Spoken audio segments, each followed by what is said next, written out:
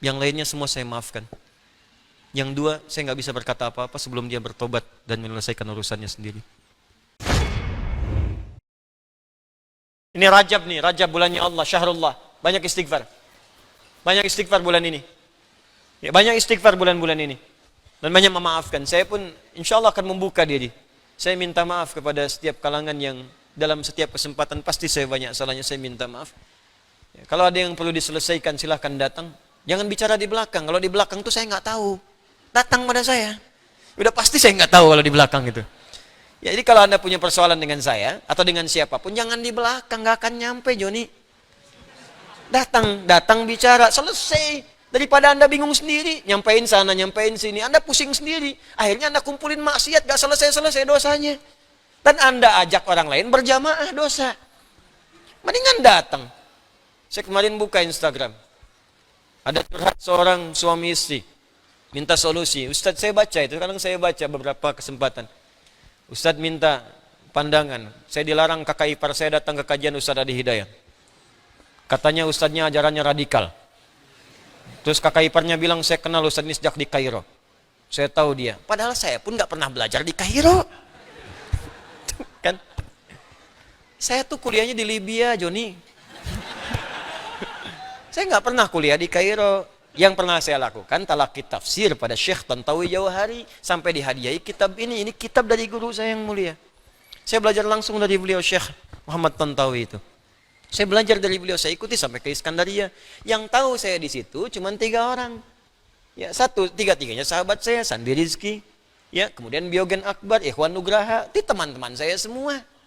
Tambah satu, saya hafid orang Afghanistan yang pakar hadis sampai saya dihadiahi bagan hadis, beliau yang merangkum kurikulum di sana. Ya, Anda bayangin saya aja diundang ke Al-Azhar, ketemu Syekh Al-Azhar, teman-teman saya Syekh Al-Azhar, teman-temannya udah kumpul di sini. Saya sahabatan sama alumni Al-Azhar. Orang Al-Azhar ngundang saya, ngundang ceramah di sana, saya Al-Azhar juga mau ketemu. Orang sana nyebut saya moderat, orang sini nyebut radikal. Dia belum minum susu itu. Dia salah info, makanya datang daripada di belakang dapat info nggak jelas. Gitu. Jadi biasakan diskusi, klarifikasi, tanyakan. Jadi kalau kumpul-kumpul begitu capek nantinya. Ya, yang saya akan angkat tangan cuma 2 golongan. Saya serahkan hisabnya kepada Allah. Satu yang menyebut saya pelaku bid'ah. Itu saya serahkan hisabnya kepada Allah kalau dia tidak bertobat. Karena itu berat di hadapan Allah. Karena pelaku bid'ah tidak akan berjumpa dengan Rasulullah SAW. Saya mimpi sudah ketemu. Dan banyak dimimpikan orang bertemu dengan Rasulullah. Lalu Anda menyebut saya pelaku bid'ah, maka bagaimana cara saya bertemu dengan Rasulullah SAW? Tapi saya masih menahan. Kalau Anda masih bertobat, selesai urusan saya. Tapi kalau tidak, saya serahkan hukumnya sama Allah. Saya nggak mau bilang apa-apa. Itu saja. Yang kedua, orang yang menghambat orang yang ingin memperbaiki diri belajar dengan saya. Karena kata-kata atau kalimat-kalimat atau informasi yang tidak pantas, saya serahkan hisabnya kepada Allah. Ya, yang lainnya semua saya maafkan. Yang dua, saya nggak bisa berkata apa-apa sebelum dia bertobat dan menyelesaikan urusannya sendiri. Karena berat bagi saya. Kalaupun memaafkan, tapi kalau menghambat orang lain disebut pelaku zalim. Al-Baqarah 114. Wa man azlamu mimman mana'a masajidallahi ayyudhkara fiha ismuhu wa sa'a fi kharabiha. Siapa orang paling zalim disebut oleh Allah paling zalim di muka bumi yang menghambat orang lain untuk mendapatkan zikir di masjid. Di antara zikir itu belajar, salat, belajar, taklim itu zikir. Ada orang menghambat orang lain, kamu jangan taklim, kamu jangan belajar, dia begini sementara dia nggak tahu hakikat yang sebenarnya. Allah menyebut makhluk itu paling zalim. Lantas bagaimana saya mesti bersikap? Saya nggak tahu.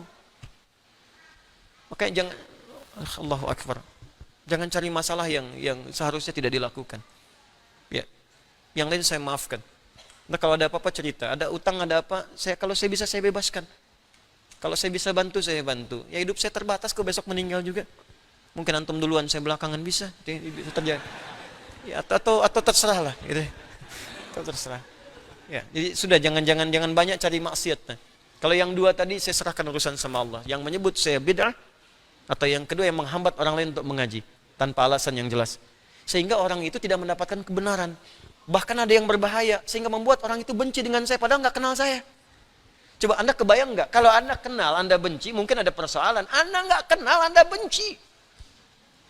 Kebayang nggak? Yang paling bahaya itu kan paling bahaya. Anda nggak kenal setan, difasilitasi. Anda nggak kenal saya, dibenci.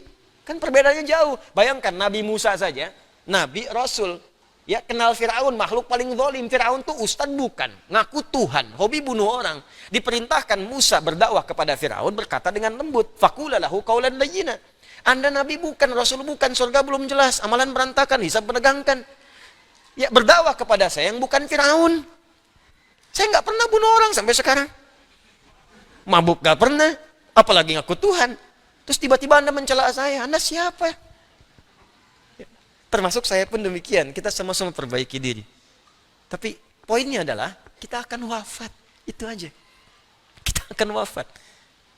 Ya, kita akan wafat. Tolong yang apa namanya? Saya pernah berjanji pada siapapun, kalau belum ada, hubungi staf saya segera.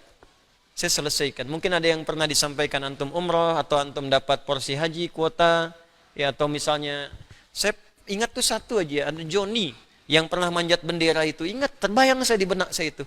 Saya pernah janjikan beliau beasiswa gitu, ada uang senilai tertentu. Kalau ada yang tahu aksesnya, tolong sampaikan. Kalau bisa ke sini saya ketemu. Saya nggak ada masalah, saya cinta negara, saya cinta bangsa saya. Siapa yang menghormati bangsa saya, sekalipun dia tidak seagama dengan saya akan menghargainya. Karena saya mencintai negara saya. Joni bukan muslim, tapi dia sudah membanggakan bagian menjaga marwah negara kita. Kita mesti angkat dia. Wallahu alam, kalau dia dapat hidayah, alhamdulillah. Kalau tidak, saya nggak paksa. Yang penting saya bisa mewujudkan cinta saya pada bangsa saya dengan menghargai siapapun. Ya, bodoh kalau menyebut saya anti Pancasila, itu orang bodoh. Atau menyebut saya misalnya anti NKRI, itu orang kurang sehat. Ya, kurang sehat. Dan apa hubungannya dengan materi kita sekarang?